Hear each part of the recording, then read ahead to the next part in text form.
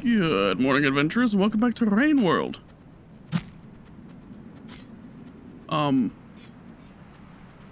Is that a bomb? Oh no, it's my pearl. Yes. I don't know what's down here with me. Well, we have spears in here too. And a little bit of combat music. Huh. Which begs the question today. We are on very low karma, while also having plenty of time. Do we want to do the thing that we always try to do up here? And grind a little bit of karma to go talk to that, echo.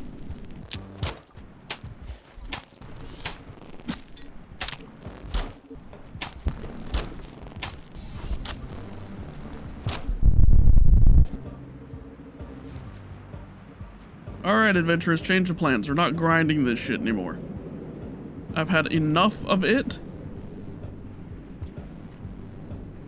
It is torture. You can get as close as you like to actually being successful. The vultures happen. Or white lizards happen. Or scavengers who are chill just throw a spear into your face. So I'm going to do the cheating thing. And actually use my items. I'm gonna go to the first shelter in the gate for Sky Islands. And then use my passage to get back into the middle, which is what I think I've done every single time I've tried to go and talk to this echo. That's what I'm looking for.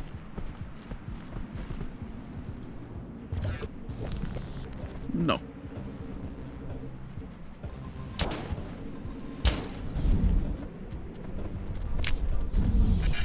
Get him. No, don't come down here.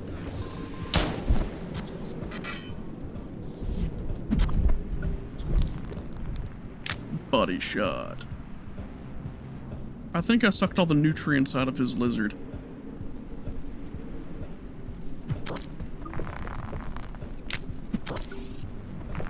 Yeah, you just chill there. You'll be fine. Yeah, every time, like, I hate this spot because every time I go there, I'm like, oh yeah, I can grind karma here, it'll be fine. I saw that vulture.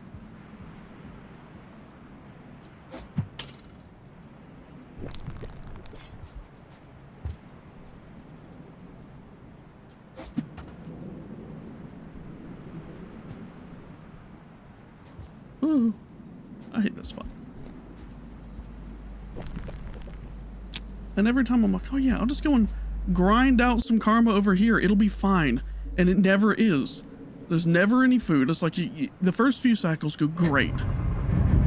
And then you get real short cycles where there's no food or things spawn that don't normally spawn or nothing spawns. And it's just like, it becomes a nightmare that's almost beyond RNG.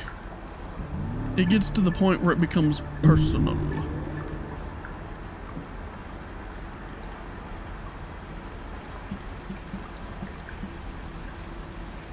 So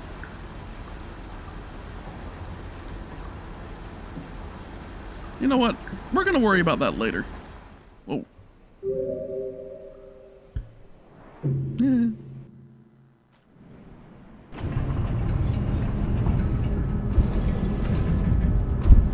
Because I think now, instead of risking losing my mask, because that is my personality now, let's just go to Sky Islands, and this is a much better place to grind up some karma, and we'll go and talk to that echo on our way down, I guess.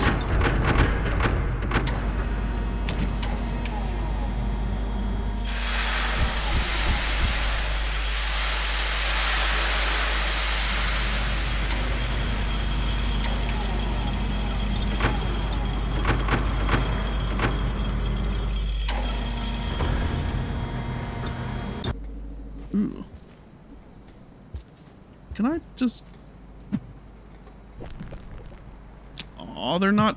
There's no nutrients in them.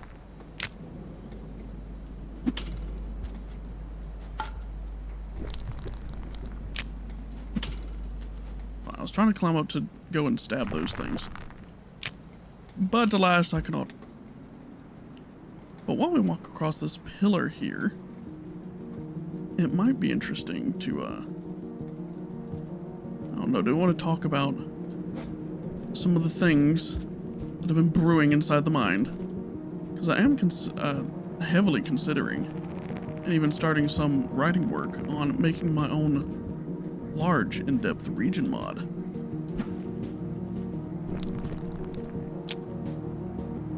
Which will have you do some fun and interesting things and meet new and interesting people. Most notably, 4 iterators who are in their own little local group.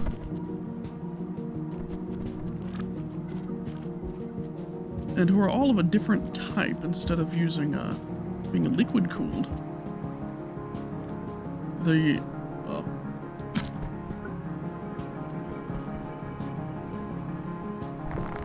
Instead of using massive amounts of water to cool themselves, they only use what they absolutely need to maintain their biological processes.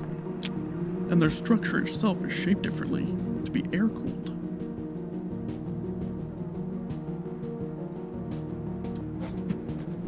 Air-cooled iterators sound fun.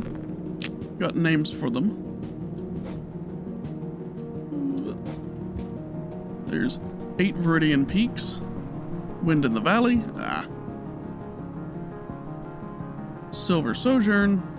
And number 11.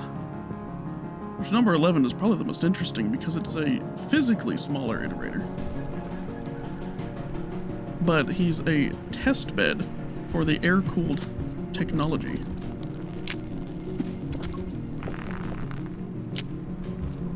And being a test bed, he's got modular rooms that are set up radially around the top structure. And the entire central area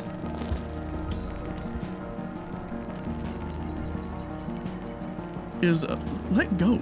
Is a big catwalk that his puppet can walk around with windows. He's the only iterator that can see outside, like, directly.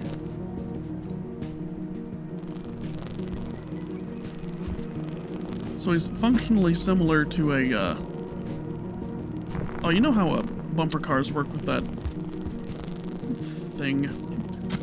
Die. His cable's attached to the ceiling, basically, and he can walk around. I'm getting frustrated.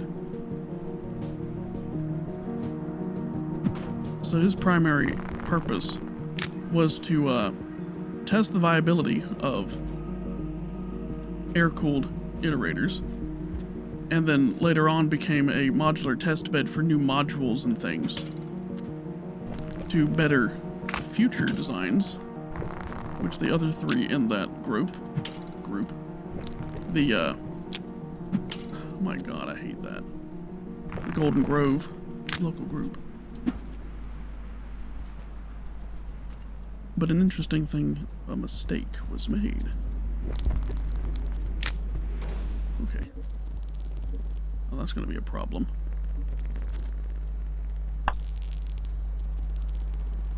Number 11, being a test model, is completely unlocked and doesn't have any of the biological yes and no and interlocks that the other... I'm going to have to wait for that to get out of my house.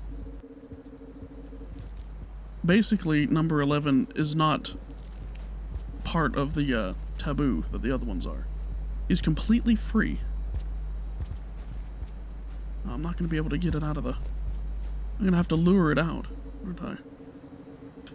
Get fucked.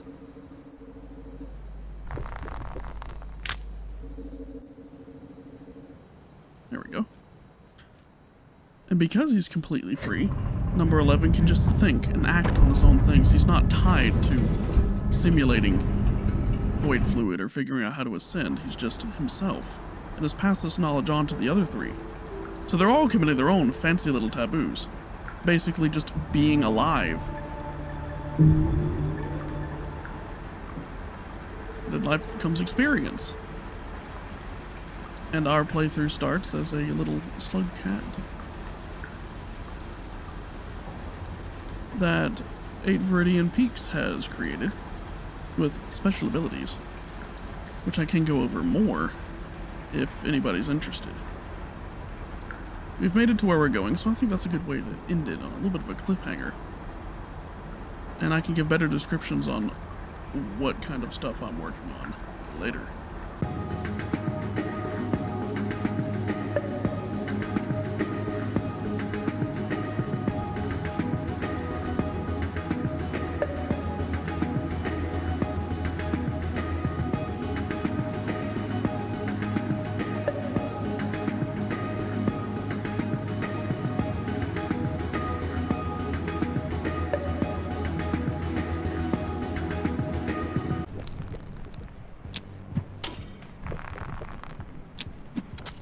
Oh, damn.